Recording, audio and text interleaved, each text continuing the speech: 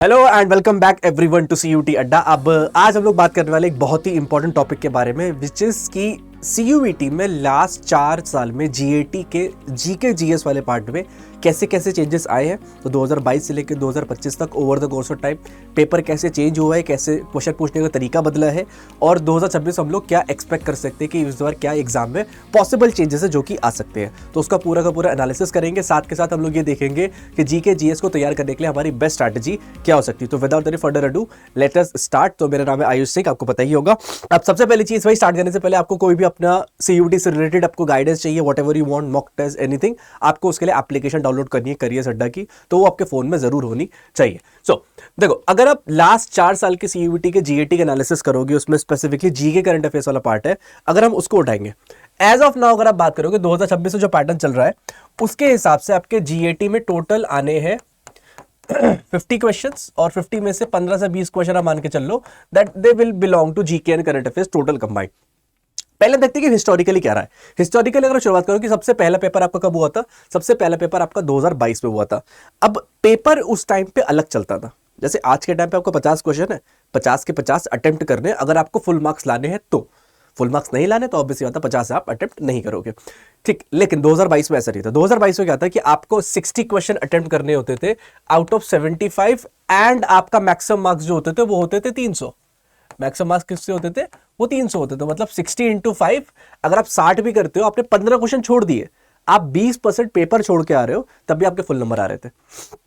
2023 में क्या हुआ था, फिर थोड़ा सा चेंज करा गया पैटर्न को, तब 60 में से 50 क्वेश्चन करने थे, ठीक है। तब आपका 250 का था, तो आपके फुल मार्क्स तब भी आ जा रहे थे। लेकिन फाइनली चेंजेस आना स्टार्ट हुए 2024 और 2025 में, जब ये ऑप्शन हटा दिए गए, दीज ऑप्शंस वर रिमूव्ड। मतलब जितने क्वेश्चन आएंगे, 50 क्वेश्चन यहां पर, 50 क्वेश्चन यहां पर, all became compulsory if you want to score full marks. अगर आपको फुल मार्क्स लाने, ये कंपलसरी हो गए। इसका बहुत बड़ा इंपैक्ट था पेपर के लेवल पे। आप इस चीज को छोटी मत समझना कि हाँ चलो ठीक है सर, पेपर का पैटर्न है, पहले 60 करने होते 75 में से, लेकिन हमको तो क्वेश्चन सॉल्व करने हैं ना। नहीं, इसका बहुत मेजर इंपैक्ट पड़ता है। जैसे आपके पास 75 क्वेश्चन है, कुछ टॉपिक ऐसे होंगे जो कि आपके कमजोर होंगे, सपोज करते हैं कुछ टॉपिक आपके मजबूत होंगे।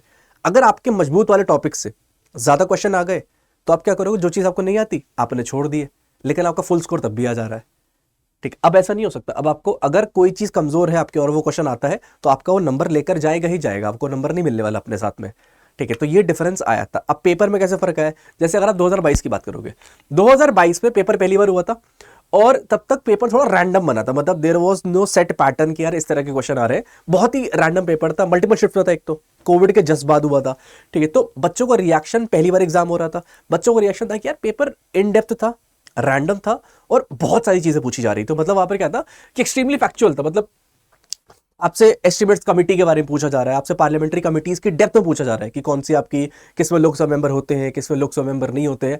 अब कॉन्स्टिट्यूशनल कमेटी या फिर पार्लियामेंट्री कमेटी एक बहुत इन डेप्थ टॉपिक है पॉलिटी का। वो ऐसा नहीं कि सरफेस वाला टॉपिक है। आप बिल्कुल वर्किंग ऑफ द पार्लियामेंट में जा करके, घुस करके उसको पढ़ाओगे, तब जाकर वो सिलेबस का पार्ट बनता है, ठीक है। तो 2022 का पेपर बहुत इन डेप्थ था, बहुत फैक्चुअल था। क्यों? क्योंकि आप 15 क्वेश्चन छोड़ सकते थे।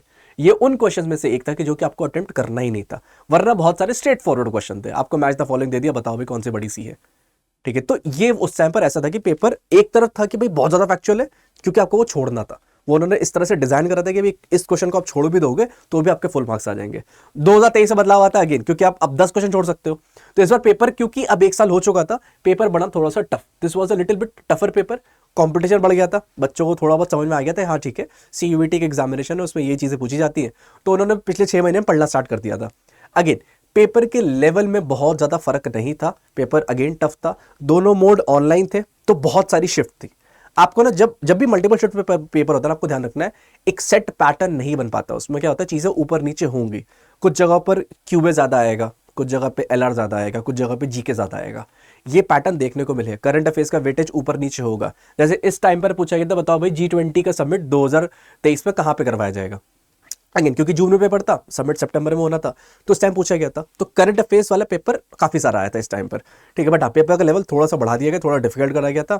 डिफिकल्ट इन द सेंस कि उसका हॉरिजॉन्टली बढ़ाया गया था, मतलब कवरेज को एक्सपैंड कराया गया था, डेप्थ में ना जा करके हॉरिजॉन्टली उसको एक्सपैंड कर दिया गया था। नेक्स्ट 2024 में पेपर होता है। अब 2024 का पेपर आज तक के सीयूईटी के सबसे बैलेंस्ड पेपर में से एक है मेरी नजर में, एटलीस्ट जीके जीएस के कॉन्सेप्ट में। जीके जीएस इतना ज्यादा बैलेंस था, क्यों? क्योंकि सिर्फ और सिर्फ 2 शिफ्ट में एग्जाम हुआ है। वैसे 1 शिफ्ट में प्लान था, बट 2 शिफ्ट में अनफॉर्चुनेटली कराना पड़ गया था उनको, बिकॉज दिल्ली वाले बच्चों का अलग से पेपर हुआ था। बट अगर आप हटा दो सब चीजें साइड में रख करके, there was an offline paper, तो सारे बच्चों का एक साथ पेपर हुआ, तो आपको मल्टीपल शिफ्ट बनानी पड़ी। जब मल्टीपल शिफ्ट पेपर नहीं बनाना पड़ता है ना, तो जो एग्जामिनर होता है वो एक बैलेंस पेपर तैयार करता है कि हाँ चलो ठीक है। प्लस इसके साथ साथ इस टाइम पे क्या चेंज आया था, इस टाइम के आपके ऑप्शंस हट गए थे। तो सीयूईटी में जहां 2022 और 2023 दोनों जगह पे आपको जीएटी में फुल स्कोर मिलते थे, क्यों? क्योंकि 15 और 10 क्वेश्चन आप छोड़ ही सकते हो, तो लोग फुल स्कोर कर ले जाते थे despite being a less knowledgeable person. लेकिन 2024 में क्योंकि सबके सब कंपलसरी हो गए, अब फुल स्कोर आना बंद हो गया। आपको 100 परसेंटाइल मिल जाएगी, क्योंकि ऑब्वियसली फर्स्ट रैंक तो किसी की आएगी, फुल स्कोर नहीं मिलेगा। 2024 में नहीं मिला फुल स्कोर, 2025 में भी नहीं मिला। 2024 का पेपर मेरी नजर इट वाज वेरी बैलेंस। जो एक्सपेक्टेशन थी, मतलब जो मैंने पढ़ाया था, काफी सारी चीजें मैंने बोला था कि भाई ये एक्सपेक्टेशन है, ये आ सकता है। जैसे कि इलेक्शन कमीशन ऑफ इंडिया पूछा गया था, उसका आर्टिकल पूछ लिया गया, क्योंकि 24 लोकसभा के इलेक्शन थे। बहुत बैलेंस पेपर था, it was an extremely balance paper. ठीक है, 2025 आता है, 2025 अगेन ऑनलाइन पेपर, बट यहां पर आप ऑप्शंस नहीं है कि आप क्वेश्चन छोड़ दो और फिर भी फुल स्कोर ले। क्वेश्चन आप छोड़ सकते हो बेसिक बात, लेकिन स्कोर नहीं आएगा उसका। तो यहां पर मैं आया था, अगेन ऑनलाइन हुआ तो बहुत सारी शिफ्ट में पेपर हुआ था, लगभग 10 से 12 शिफ्ट हुई थी। उसमें भी पेपर आपका थोड़ा बहुत रैंडम रहा, बट ओवरऑल मेरे हिसाब से बैलेंस पेपर था। कि वहां पर जो आप एक्सपेक्टेशन करते हो, जैसे यार देखो, जब मैं जीके पढ़ाता हूँ, मैं आपसे हमेशा बोलता हूँ जो कोर टॉपिक्स होते हैं, ऐसे आप सीयूटी के अगर आप ऑफिशियल वेबसाइट पर जाओगे, वहां पर आप जीएटी का सिलेबस देखोगे, तो वो कुछ चीजें स्पेसिफिकली बोलते हैं कि भाई जनरल नॉलेज आता है, ठीक है, करंट अफेयर्स आएगा, जनरल साइंस आएगा, इकोलॉजी आएगा। तो हम एक्सपेक्ट करते हैं कि भैया जनरल साइंस से क्वेश्चन आएगा, इकोलॉजी से क्वेश्चन आएगा, करंट अफेयर्स से आएगा, जीके से आएगा। एक बैलेंस पेपर की उम्मीद करते हैं, रैंडम क्वेश्चंस की, इन डेप्थ क्वेश्चन की उम्मीद नहीं करते हैं। यहां पर होता है कि मोर और लेस एक बैलेंस पेपर प्रेजेंट करा गया था। हाँ, 2024 से डिफिकल्ट था, बिल्कुल 2024 से लेवल में काफी ऊपर था ये पेपर, क्योंकि मल्टीपल शिफ्ट बनानी होती है। जब भी मल्टीपल शिफ्ट होगा, पेपर कठिन बनेगा ही बनेगा। ठीक है, ये आप मान के चलो, this is bound to happen. ठीक, इसीलिए आप देखो फुल स्कोर किसी का नहीं आता इस साल भी, there was no full score. तो आप ये टारगेट लेके चलते रहो कि हम लोग बहुत ज्यादा फुल स्कोर जीके में ले आएंगे, नहीं आता है। जीके में फुल स्कोर टारगेट नहीं होना चाहिए। आइडियल टारगेट है समवेयर अराउंड 70 to 80% क्वेश्चन आप ठीक करके आओ। 15 आ रहे हैं, 13 से हो जाएंगे, बहुत अच्छा है। अब बाकी स्कोर क्वांट्स और एलआर से करो। This is how you balance your preparation. Current affairs का जो वेटेज है बहुत वेरी कर रहा था, क्योंकि अगेन बहुत सारी शिफ्ट थी, तो 5 से लेकर 8 क्वेश्चन के वेरिएशन आए। कुछ कुछ जगह पे सिर्फ 2 ही क्वेश्चन करंट अफेयर्स के आए, कुछ जगह पे 8 क्वेश्चन करंट अफेयर्स के आ गए। तो करंट अफेयर्स का वेटेज बहुत वेरी करा है। ठीक है, तो ये हुआ था। अब 2026 में क्या एक्सपेक्टेशन होनी चाहिए कि भाई पेपर कैसा आ सकता है? 2026 में देखो, मैंने क्या बोला कि 25 से बैलेंस पेपर था। बैलेंस से मेरा मतलब है कि जो आपके कोर टॉपिक्स होते हैं, जब भी कोई भी इंसान किसी भी लेवल पे जीके पढ़ता है, चाहे वो कोई भी एग्जाम हो, सीयूबीटी हो, ठीक, कुछ और जो एग्जाम्स होते हैं एसएससी वगैरह, वनडे एग्जामिनेशन में, आपकी एक्सपेक्टेशन नहीं होती कि मोटा मोटा ये वेटेज रहेगा। मोटा मोटा ये वेटेज रहता है कि पॉलिटी के आप 2 से 4 क्वेश्चन देख सकते हो, हिस्ट्री के 1 से 3 क्वेश्चन आएंगे, ठीक है, देन ज्योग्राफी हो गया, इकोनॉमिक्स, जनरल साइंस क्योंकि अलग से दे रखा है तो 2 से 4 क्वेश्चन, मिसलेनियस यहाँ पर books and authors, international organization, current affairs आया था लास्ट ईयर, स्पोर्ट्स हो गया, ये सब 2 से 4 क्वेश्चन, और करंट अफेयर्स के 5 से 8 क्वेश्चन। ये एक्सपेक्टेशन रहती है कि अगर 15 से 20 क्वेश्चन आ रहे हैं तो रफली डिवीजन ऐसा ही होगा, रफली डिवीजन ऐसा ही होगा। 2026 से लेवल की अगर आप बात करोगे, आई डोंट थिंक कि बहुत ज्यादा चेंज आने वाला है। ठीक, हाँ, क्वेश्चंस रिपीट नहीं होंगे, क्योंकि जीके में क्वेश्चन बनाने के लिए आपके पास समंदर बहुत बड़ा होता है ना, कहीं से भी क्वेश्चन बन सकता है। तो क्वेश्चन रिपीट होने के चांसेस बहुत ही मिनिमल है। हो सकता है 2022 का हो जाए, 2023 का हो जाए। तो पीवाईक्यूज करना बहुत जरूरी है, इट इज एब्सोल्युटली इंपॉर्टेंट कि आप पीवाईक्यू देख कर जाओ। जैसे आपका नोबेल प्राइज है, अब सीवी रमन साहब को जो नोबेल प्राइज मिला है वो कम से कम नहीं तो 3 बार आ चुका है। ठीक है, तो नोबेल प्राइजेस हो गए। कुछ टॉपिक्स होते हैं जो मतलब जो कोर टॉपिक्स है, कई बार सीयूईटी को पसंद आ गई कि वो पूछते रहते हैं। कुछ इंडिविजुअल्स उनको पसंद है, सरोजिनी नायडू हो गए, सीवी रमन हो गया, इनके बारे में ये पूछते रहते हैं। तो ये एक्सपेक्टेशन है कि ये चीजें आएंगी ही आएंगी। अब अगर मैं स्क्रैच से तैयारी कर रहा हूं या फिर मेरे को कुछ नहीं आता कि भाई आप मेरे को एक डायरेक्शन बता दो कि मैं क्या क्या कर लूं जिससे मेरा ठीक ठाक काम हो जाए, तो मेरे हिसाब से कुछ लिस्ट और टॉपिक्स है जो कि आपको करना है, विच इज एक्सपेक्टिंग कि 80 to 90% क्वेश्चन यही से आ जाएंगे आपके। विच इज सबसे पहले पॉलिटी आता है, तो उसमें कॉन्स्टिट्यूशन के बेसिक फीचर्स हो गए, फंडामेंटल राइट हो गया, पार्लियामेंट के बारे में थोड़ा बहुत हो गया, प्रेसिडेंट प्राइम मिनिस्टर एक ऐसे काम करते हैं। जैसे लास्ट ईयर प्रेसिडेंट की मिनिमम एज पूछी गई थी, कितनी होती है, मतलब क्वेश्चन इस तरह का नहीं था। क्वेश्चन था कि प्रेसिडेंट बनने के लिए जो क्वालिफिकेशन होती है उनमें से कौन सी ये वाली क्वालिफिकेशन नहीं है। तो उसमें दिया होता है कि मिनिमम एज 32 चाहिए होती है, बट एक्चुअली 35 चाहिए होती है। तो ऐसी चीजें प्रेसिडेंट प्राइम मिनिस्टर वगैरह के बारे में। ठीक है, फिर जुडिशरी के बारे में थोड़ी सी चीजें, जुडिशरी का आर्टिकल पूछ लेते हैं। ठीक है, then election commission of India के बारे में आर्टिकल पूछ लिया जाता है, 2024 में पूछा गया था, 324 था। ठीक है, कॉन्स्टिट्यूशनल अमेंडमेंट्स, ये आपका नारी शक्ति अधिनियम है जो भी आया था ना कि आपका 1/3 रिजर्वेशन मिलेगा लोकसभा में, राज्यसभा में, स्टेट लेजिस्लेचर में विमेन को, वो पूछा गया ऑलरेडी लास्ट ईयर। ठीक है, तो ये सब चीज़ें, पंचायती राज वगैरह हो गया, ये कई बार पूछा गया पंचायती राज कब आया था, तो 1992 में आया था। देन यूनियन बजट और इकोनॉमिक सर्वे, इसकी एक्सपेक्टेशन रहती है। एक बार पूछा गया कि बजट का आर्टिकल कौन सा होता है, तो actual budget term article constitution में यूज ही नहीं करा जाता है, वहां पे लोग टर्म यूज करते हैं एनुअल फाइनेंशियल स्टेटमेंट। तो ये सारी चीजें होती है। पॉलिटी से अगर आप ये कोर टॉपिक्स कर लेते हो, आपका मोरलेस डन हो जाता है। सिमिलरली इकोनॉमिक्स से अगर आप पूछते हो तो नेशनल इनकम, जीडीपी हो गया। अब इकोनॉमी सेम चीज, भाई मैं जीएटी वाली बात कर रहा हूँ, डोमेन वाली इकोनॉमिक्स नहीं आती है, सो माइक्रो न्यूमेरिकल वगैरह कुछ नहीं आता है, बहुत सिंपल टर्म्स होते हैं। प्राइमरली आपकी banking system, NITI Aayog, taxation वगैरह, बस monetary policy, fiscal policy, tax, इतना कर लो बहुत है, इतना कर लो, यही बहुत होता है आपके इकोनॉमिक्स वाले सेक्शन में।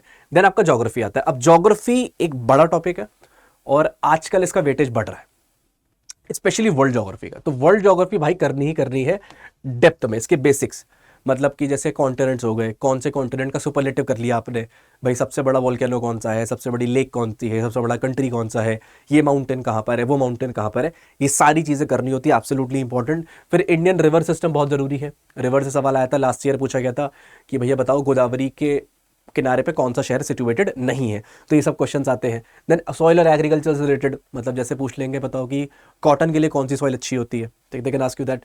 नेशनल पार्क, बायोस्फीयर रिजर्व, ये मैच द फॉलोइंग के फॉर्म में आने के चांसेस हाई रहते हैं इसके, कि आपको 4 नेशनल पार्क दे दिए, 4 स्टेट दे दिया, बताओ कौन सा कहाँ पर है, मैच करो इसको। ठीक है, देन इंटरनेशनल कन्वेंशन हो गए एनवायरमेंट से रिलेटेड, मतलब जैसे कोप वाला हो गया, मैंने आपको बोला कि UNFCCC का जो कॉन्फ्रेंस ऑफ पार्टीज होता है उसका जो समिट होता है, और क्लाइमेट चेंज और कोप वाले समिट हो गए, तो ये हो गए ज्योग्राफी से। हिस्ट्री में मोरलेस आप फोकस करो, मैं आपको बताता हूँ, Indus valley civilization, Buddhism, Jainism, Gupta empire, Mauryan empire, ठीक है, दिल्ली सल्तनत, मुगल एम्पायर, मॉडर्न हिस्ट्री, ये टॉपिक कर लिया, आपकी हिस्ट्री डन है। ठीक है, मोरलेस कहानी इन्हीं के आसपास घूमेगी। अगर एग्जैक्ट चीज नहीं आएगी आप एलिमिनेशन से कर ले जाओगे, एग्जैक्ट चीज नहीं आएगी आप एलिमिनेशन से भी कर ले जाओगे। मोरलेस यही कहानी होती है, मोरलेस यही कहानी होती है। फिर उसमें ऐड कर क्लासिकल डांस और फोक डांसेस, ये जरूरी है, क्लासिकल डांस और फोक डांस वाले। ठीक है, एक बार इनको देख लेना कि भैया कौन से स्टेट में कौन सा क्लासिकल डांस होता है और कौन से स्टेट में कौन से फोक डांसेस होते हैं, ये वाले कर लेना, हिस्ट्री और कल्चर से ही आता है आपका। देन आपका आता है इंटरनेशनल ऑर्गेनाइजेशन, तो UN हो गया, ब्रिक्स हो गया, SCO हो गया, स्पोर्ट्स हो गया, ये आपके मिसलेनियस टॉपिक्स है। स्पोर्ट्स में जैसे आपको पता होना चाहिए कौन सा इंडिविजुअल कौन सा स्पोर्ट खेलता है। जैसे अगर आपसे कोई पूछता है कि यार अनाहत सिंह है, तो अनाहत सिंह कौन सा स्पोर्ट खेलती हैं आपको पता होना चाहिए। बैडमिंटन खेलती हैं, हॉकी खेलती हैं, स्क्वॉश खेलती हैं, क्रिकेट खेलती हैं, यू शुड नो दैट। ठीक है, तो बजरंग पूनिया कौन सा स्पोर्ट खेलते हैं, PV सिंधु कौन सा स्पोर्ट खेलती है, स्पेशली फीमेल्स उन पे ध्यान देना है आपको। तो ये सब चीज़ें क्योंकि मैच द फॉलोइंग के फॉर्म में पूछा जा चुका ऑलरेडी।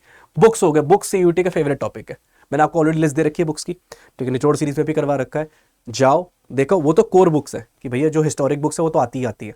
फिर करंट अफेयर्स की बुक्स होती है कि भाई जो पिछली 6-8 महीने में नई नई किताबें लिखी गई उनको कवर करना होता है। अवार्ड्स हो गए, अवार्ड्स पूछे जाते हैं, नोबेल प्राइज उसी का एक पार्ट है, भारत रत्न उसका एक पार्ट है, ऑल्दो इस साल किसी को मिला नहीं है, बट ये सारी चीज़ें आपको करनी होती है। ठीक, क्वाड पूछा गया था, क्वाड आई थिंक 2024 से पूछा गया था, तब पूछा गया था क्वेश्चन कि इनमें से कौन सा कंट्री क्वाड का पार्ट नहीं है। तो इसमें आता है आपका ऑस्ट्रेलिया, इंडिया, जापान, USA। ठीक है, उस समय शायद चाइना ऑप्शन में था, तो वो उसका आंसर नहीं था। इस बार SCO एक फेमस टॉपिक रहेगा, SCO will be one of the hot topics में से एक रहेगा, ये आपको ध्यान रखना है। ग्लोबल रैंकिंग रिपोर्ट हो गई, कई बार पूछ लिया हैप्पीनेस इंडेक्स में भारत की रैंक क्या है, ठीक है, पीस इंडेक्स में रैंक क्या है, करप्शन परसेप्शन में रैंक क्या है, तो ये सब आपका आ सकता है। डिफेंस एक्सरसाइज हो गई, ऑल्दो इसका थोड़ा बहुत कम हो चुका है, बट ये भी आपके चांसेस रहते हैं कि आएंगे। साइंस एंड टेक से रिलेटेड, जैसे कि आपका स्पेस हो गया, नासा का आर्टेमिस 2 प्रोग्राम जो है, पॉसिबल है भाई आर्टेमिस से जरूरी स्पेस प्रोग्राम इस साल अभी तक तो लॉन्च नहीं हुआ है, तो वो एक पॉसिबिलिटी क्या आ सकता है। तो ये सब आपके मिसलेनियस टॉपिक्स है विच कैन बी आस्क्ड। तो ये प्रिपरेशन आपको ध्यान में रख के करनी होती है कि भाई बैलेंस पेपर रहेगा, टॉपिक्स यही रहेगा, टॉपिक्स नहीं बदलने वाले, अब वो रैंडमली कहीं और से उठाकर नहीं लाएंगे। टारगेट ये नहीं होना चाहिए कि 15 में से 15 करने या फिर 17 में 17 करने, 80%, that is the max that you can do. Perfection की तरफ मत जाना, ठीक है, गो टूवर्ड्स कि आप मैक्सिमम कितना ठीक कर पाओगे। और आपने कोर लेवल पे अगर ये सारे टॉपिक कर लिए तो पता है क्या होगा, फायदा इससे ये होगा कि आप लोग तैयार हो जाओगे कि एलिमिनेशन करने के लिए। तब आपको होगा कि चलो ठीक है, ये क्वेश्चन आया है, एग्जैक्ट चीज नहीं पता, कोई बात नहीं, कम से कम ये तो पता हो कौन सा सही नहीं है, तो आप 3-4 में तुक्के लगा करके अपने 2 क्वेश्चन बढ़ा सकते हो, इससे एलिमिनेशन का यूज कर सकते हैं। प्लस GAT में टाइम भरपूर रहता है, 1 घंटे का टाइम जो होता है ना आपको 50 क्वेश्चन करने के लिए, वो इनफ रहता है। ठीक है, तो you can use elimination, you can use a brain in that. ठीक है, अब आपको ये सब प्रैक्टिस करने के लिए, सब चीजें करने के लिए आपको पता होगा CUT अड्डा ने अपना ऑलरेडी जो क्रैश कोर्स है ठीक है वो निकाल रखा है। उसके अलावा टेस्ट सीरीज आपको अगर इनरोल करनी हो तो आप कोड यूज कर सकते हो AYU99, सो दैट आपकी जो प्रिपरेशन है इन टॉपिक से जो प्रिपरेशन आपकी हो चुकी है, आप कैसे ही पढ़ते हो वो आपकी चॉइस है, बट आपको जो प्रैक्टिस करनी है वो करनी ही है, मतलब it is the most important thing of your preparation. और उसके अलावा जो भी बच्चे ऐसे हैं कि नहीं जिनको एक प्रैक्टिस के लिए बैच ही चाहिए, जिनको है कि हमारा थोड़ा क्विज वगैरह टीचर करवा दे, ठीक है, तो उसमें आपको पता होना चाहिए कि करियर अड्डा पर आपका एक बैच है which is called rank booster batch. हम यहाँ पर आओगे, it is going to start. यहाँ पर आपकी कुछ क्लासेस होंगी, लिमिटेड क्लासेस है, बट यहाँ पर आपको आइडिया लग जाएगा कि भाई पेपर कैसा आता है। फास्ट रिवीजन होगा आपका पहले तो, और फिर आपकी क्वेश्चन प्रैक्टिस करवाई जाएगी कैसे आपको क्वेश्चन एग्जाम में अटेम्प्ट करना होता है। तो आप रैंक बूस्टर में आओगे, चाहे तो अपने डोमेन के साथ लेना, डोमेन के साथ ले लो, आपको केवल लैंग्वेज जीएटी लेना, केवल लैंग्वेज जीएटी ले लो। जैसे अगर आप लैंग्वेज जीएटी पे आओगे रैंक बूस्टर प्रो पे, तो यहाँ पर आपके मॉक टेस्ट भी इंक्लूडेड है। So this includes mock test as well, 115 mock test भी है, लाइव क्लासेस भी है, ई बुक भी है, प्लस प्रतिज्ञा बैग्स के आपको एक्सेस है। तो जैसे जो टॉपिक मैंने आपको बताया यहाँ पर कि भैया ये टॉपिक इंपॉर्टेंट है, आपको लग रहा है कि यार मैंने नहीं पढ़ रखी है टॉपिक, ठीक है, तो आप प्रतिज्ञा बैच में जाना, रिकॉर्डिंग देख लेना उसकी, लाइव नहीं है लेकिन आपको रिकॉर्डिंग वहां पर उसकी मिल जाया करेगी। तो रैंक बूस्टर बैच से आपको ये फायदा है, ठीक है। अब ये आप सबके लिए कर सकते हो, आप डोमेन के लिए भी कर सकते हो, लैंग्वेज जीएटी जिसके लिए भी आपको चाहिए हो। कोड आप क्या यूज करोगे, कोड आप यूज करोगे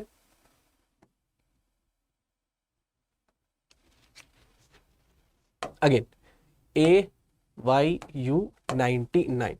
तो AYU99 से आपको आई थिंक 962 के आसपास पड़ेगा, जिससे आपका लैंग्वेज जीएटी पूरा का पूरा प्रिपेयर हो जाएगा।